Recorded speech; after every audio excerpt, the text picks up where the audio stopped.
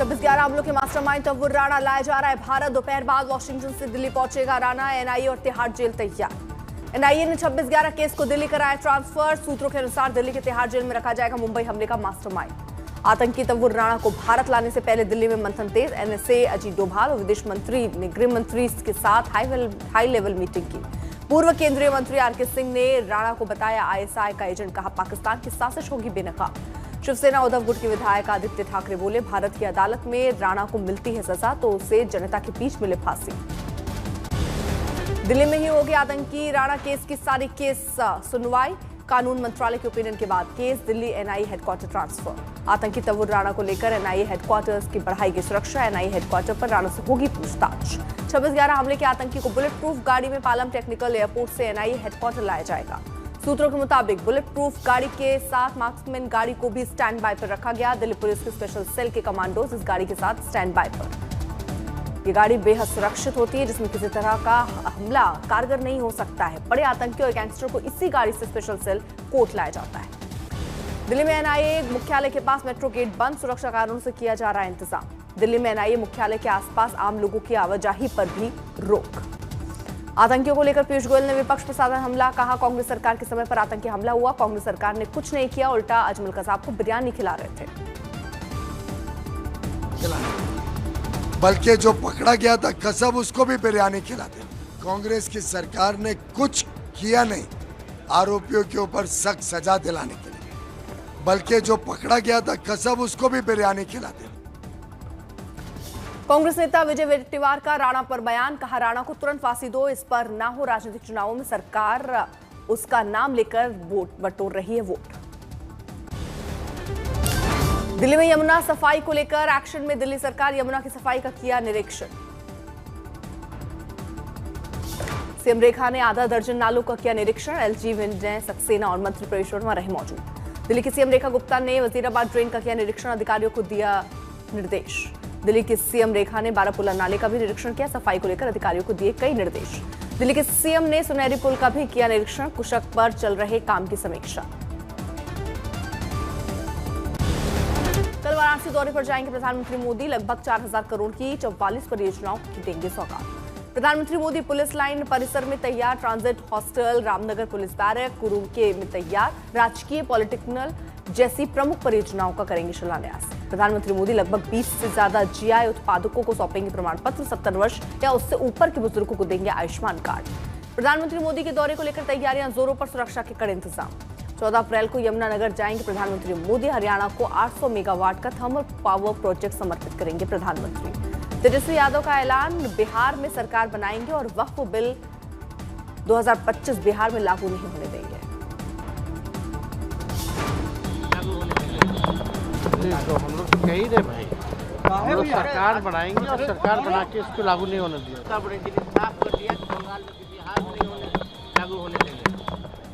तो हम लोग तो कह ही रहे भाई, हम लोग सरकार बनाएंगे और सरकार बना के इसको लागू नहीं होने दिया। तेजस्वी के बयान पर शहनवाज हुसैन का पलटवार। विपक्ष मुसलमानों को भड़काना चाह रहा है। पहले सीए अब वक्फ कानून पर भड़का रहे हैं। जेडीयू नेता अभिषेक झा ने तेजस्वी पर साधा निशाना। कहा तेजस्वी केवल भड़काने का काम करते हैं। बीजेपी ने भी तेजस्वी के बयान पर किया पलटवार। कहा तेजस्वी मुसलमान भाइयों को मूर्ख बना रहे हैं।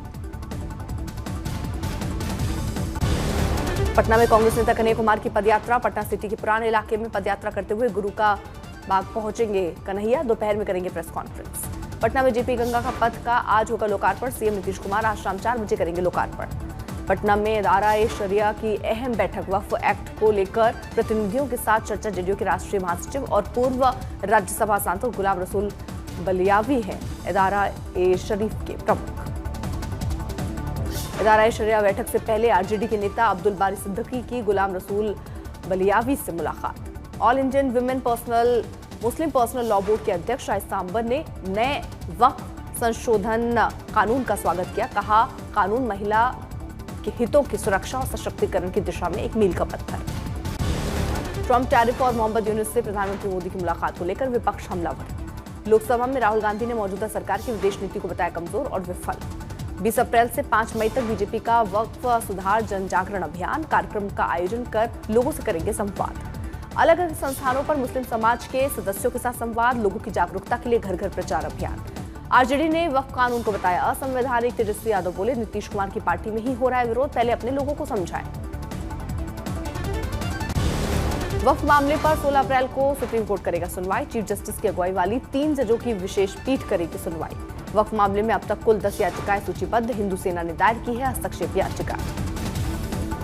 कोलकाता में कार्यक्रम को संबोधित करते हुए सीएम ममता ने जियो और जीने दो की भावना को बताई अपनी प्राथमिकता। कहा, मैं एकता के लिए हमेशा बोलती रहूंगी। बीजेपी नेता शुभेंदु अधिकारी ने सीएम ममता को बताया फर्जी हिंदू। कहा, उन्होंने अपने आचरण और अपनी भाषा को इससे किया है साबित। यूपी के डिप्टी सीएम केशव प्रसाद मौर्य ने ममता को घेरा। कहा, वक्फ कानून पर बंगाल की सरकार कुंठित।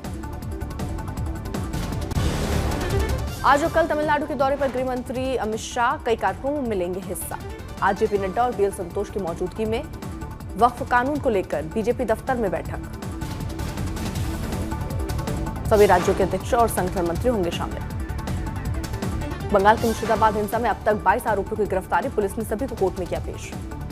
मुर्शिदाबाद हिंसा पर बंगाल बीजेपी अध्यक्ष सुकांता मजुमदार ने कहा, तुष्टिकरण की राजनीति कर रही है ममता। मुर्शिदाबाद मामले को लेकर धारा 163 लागू। आईजी, डीआईजी और एसपी मौके पर मौजूद।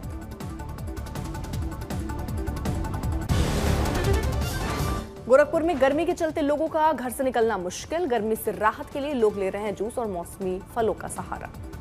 वाराणसी में गंगा घाट पर दिख रहा है तपती गर्मी का असर। खाली पड़े हैं घाट। जयपुर में बढ़ती गर्मी के चलते मिट्टी के घड़ों की बढ़ी डिमांड। घड़े और मटका बेचने वालों की हो रही अच्छी कमाई।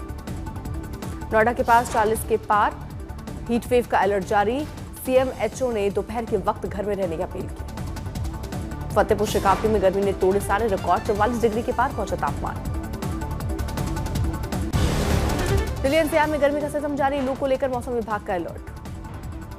लखनऊ में अचानक बदला मौसम। छाए घने काले बादल। तेज हवाओं के साथ बारिश। बदले मौसम से लोगों को राहत। तमिलनाडु, पुडुचेरी, गोवा और केरल में भी वातावरण गर्म रहने के आसार। 11 अप्रैल को बारिश के आसार के साथ नम होगा मौसम। झांसी में लोग गर्मी से बेहाल। पारा 43 डिग्री के पार पहुंचा। अस्पतालों में मरीजों की भारी भीड़। चमोली में निर्माणाधीन वैली मोटर ब्रिज भारी बारिश के बाद ढहा। धार में वन विभाग के रेंजर को रिश्वत लेते रंगे हाथों पकड़ा गया, वीडियो वायरल। गोरखपुर में गूगल मैप की गलती से एक शख्स पटरी पर आ गया। मालगाड़ी कुछ इंच दूर रुकी। बाल बाल बची जान। पालघर में डॉक्टर ने 73 वर्षीय बुजुर्ग महिला को रौंदा। महिला की जगह पर की मौत। यूपी की बांदा में तेज रफ्तार का कहर। एक कार अचानक चलते चलते एक दुकान को तोड़ते हुए अंदर घुसी, वायरल वीडियो। उत्तर प्रदेश के आगरा में पत्नी और बेटी की हत्या करने के बाद पति फरार। मकान से दुर्गंध आने के बाद पड़ोसियों ने पुलिस को दी सूचना। अकोला के नेशनल हाईवे के बुरगांव के पास चलती कार में लगी आग। बाल बाल बच्चे, चालक और एक अन्य व्यक्ति। हापुड़ में तापमान 40 डिग्री पार। धू कर जला ट्रांसफार्मर। इलाके में गहराया विद्युत संकट। नागपुर में लगी भीषण आग। इस बार पटाखा गोदाम में लगी आग। लाखों के पटाखे जलकर खाक। ग्वालियर के खासगी बाजार इलाके में लगी आग। दमकल गाड़ियां मौके पर। विदर्भ सुपरफास्ट एक्सप्रेस ट्रेन में बुर्के पहने महिला ने पुलिस और रेलवे स्टाफ से की बदतमीजी। पुलिस ने महिला के खिलाफ दर्ज किया केस। बेगूसराय में कबाड़ी व्यवसायी की गोली मारकर हत्या। बाद में लूटा 5 लाख रुपए। भदोई में पत्नी पर गलत निगाह रखने पर पति ने दोस्त को उतारा मौत के घाट। हत्या कर शव कुएं में फेंका। बागेश्वर में 2 बच्चों के साथ शारीरिक उत्पीड़न। पुलिस ने 2 व्यक्तियों को किया गिरफ्तार। 2 फरार आरोपी की तलाश। गुजरात में पहले बल्लेबाजी करते हुए राजस्थान को दिया 217 रनों का टारगेट। लक्ष्य का पीछा करते उतरी राजस्थान की टीम की पारी। 159 रन पर समाप्त। गुजरात से साई सुदर्शन ने खेली 82 रनों की शानदार पारी। साई किशोर और राशिद खान ने झटके 2-2 विकेट। राजस्थान के शिमरॉन हेटमायर ने 52 और संजू सैमसन ने 41 रन बनाए। आईपीएल में आज रॉयल चैलेंजर्स बेंगलुरु से टकराएगी दिल्ली कैपिटल्स। बेंगलुरु में शाम 7:30 बजे खेला जाएगा मुकाबला।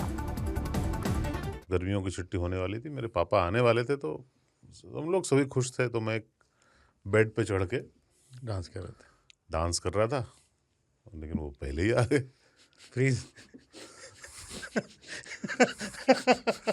तो मैं उस समय तो कंटिन्यू नहीं कर सकता था ना, तो फ्रीज फ्रेम टाइप का हो गया। कसम पैदा कर